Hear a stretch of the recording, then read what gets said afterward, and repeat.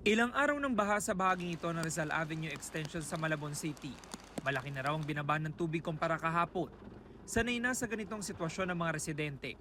Si Renato na pauwi galing sa trabaho, itinutulak ang kanyang motorsiklo.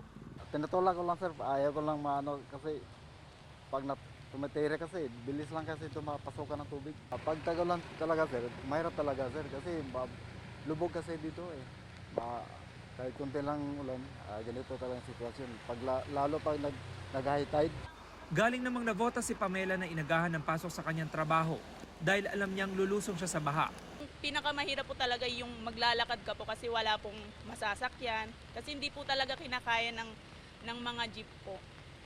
Kaya kailangan po talaga maglakad. Ganyan din ang sakripisyo ni Gina. Marating lang ang kanyang pwesto sa palengke. Yan na yun. So harapin mo na sa ngayon pero grabe, sobrang stressful, sobrang nakaka-drain, physically, mentally, financially din. So ganun kahirap. Tuloy ang komersyo sa Malabon Central Market.